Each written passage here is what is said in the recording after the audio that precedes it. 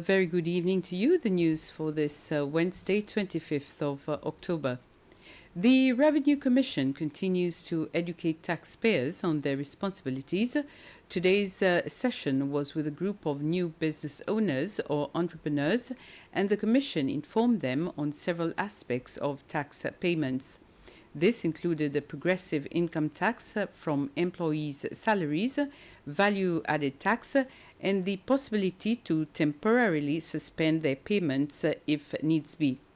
The Commission also informed the participants on recent law changes and urged other businesses to approach the Commission for any queries.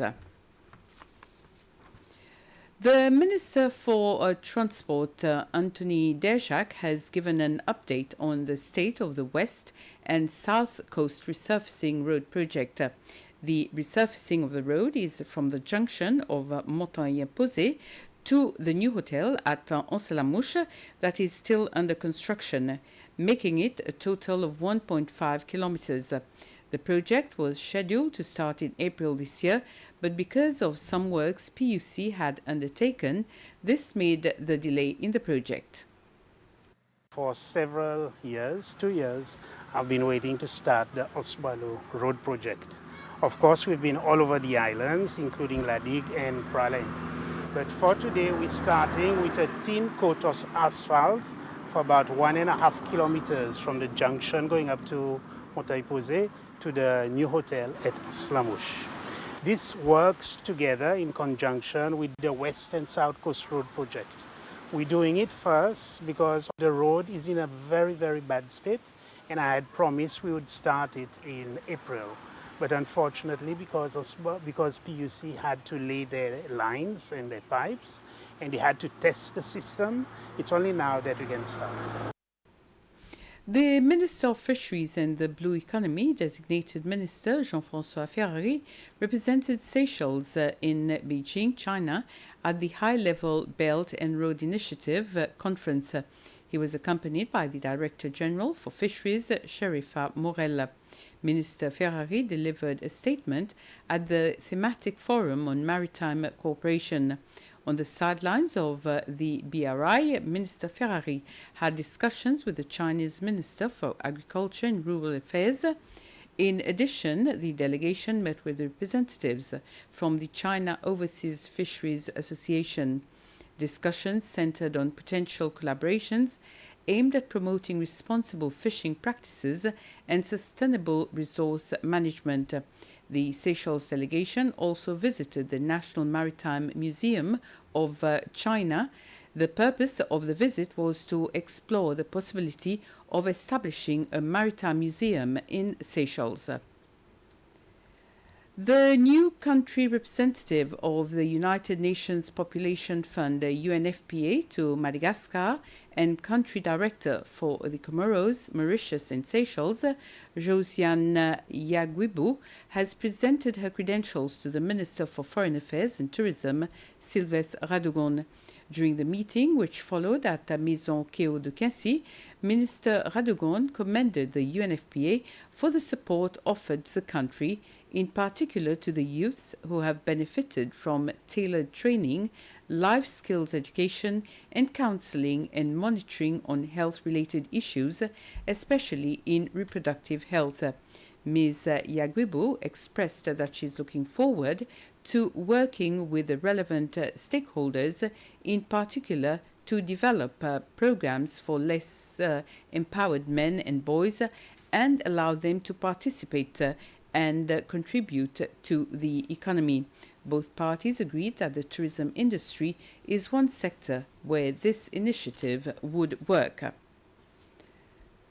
5 primary schools from the eastern region, namely Au Cap, Ansoupin, Pointe-la-Rue, Cascade and Plaisance, have benefited from a donation of books, dictionaries and banners from the Seychelles Creole Academy and the Cable and Wireless Company.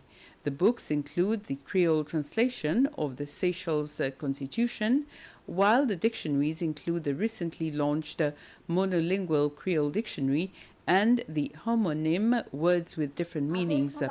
The Executive Director of the Creole Academy Flora Ben David says that one of the main purposes of the donation is to improve the learning experience for children along with the teaching experience. The donation coincides with the Library Week for schools and the Creole Festival, which includes the International Day of the Creole Language on the 28th of October. This is a pilot project. We started this last year with the program with the librarians, and we did a survey to see the state of Creole language at the school. So as a follow-up, we went back to the school and to see how best we can work together in order to improve the working environment in terms of the use of Creole language at school level. So the work was done in line with a series of presentations, sensitization work, helping them to organize their library and to get them to be creative. We did a lot of workshops, like training in role play, how to do it, how to write scripts, and also translation, because we have a lot of stories which are written in English. So why not let them, as librarians, contribute in the production of resources for the teaching and learning of the Creole language. So today's objective was to present a school with a series of books. For instance, the dictionary, the monolingual dictionary, which can be used at all instances by everybody in different contexts. Today was a day to present to the school officially some constitution, one constitution, for them to make use of it, because it's a very important document. The banner is to show the collaborative spirit between the Seychelles Creole Academy and the Ministry of Education within their schools. Margaret Woodfield Poono, the oldest citizen of Seychelles, has died in hospital this morning at the age of 111. President Wavell Ramkalawan and the Cabinet of Ministers have expressed their deepest condolences to the family of Mrs. Poono. In a message, the President said that over the years, he has had the privilege to have many encounters with Mrs. Poono as a member of his district, Saint Louis, and as the country's oldest citizen. As a devoted mother, he said Mrs. Poono was always surrounded by her children, grandchildren, and great-grandchildren. President Ramkalawan has, on behalf of the country and on his personal behalf, conveyed his sincere condolence to her family and friends, wishing them courage during this time of great loss, and our sympathy to the family. And with this, we end this news summary. Thank you for watching the news. We'll be back at 8 with the news in Creole.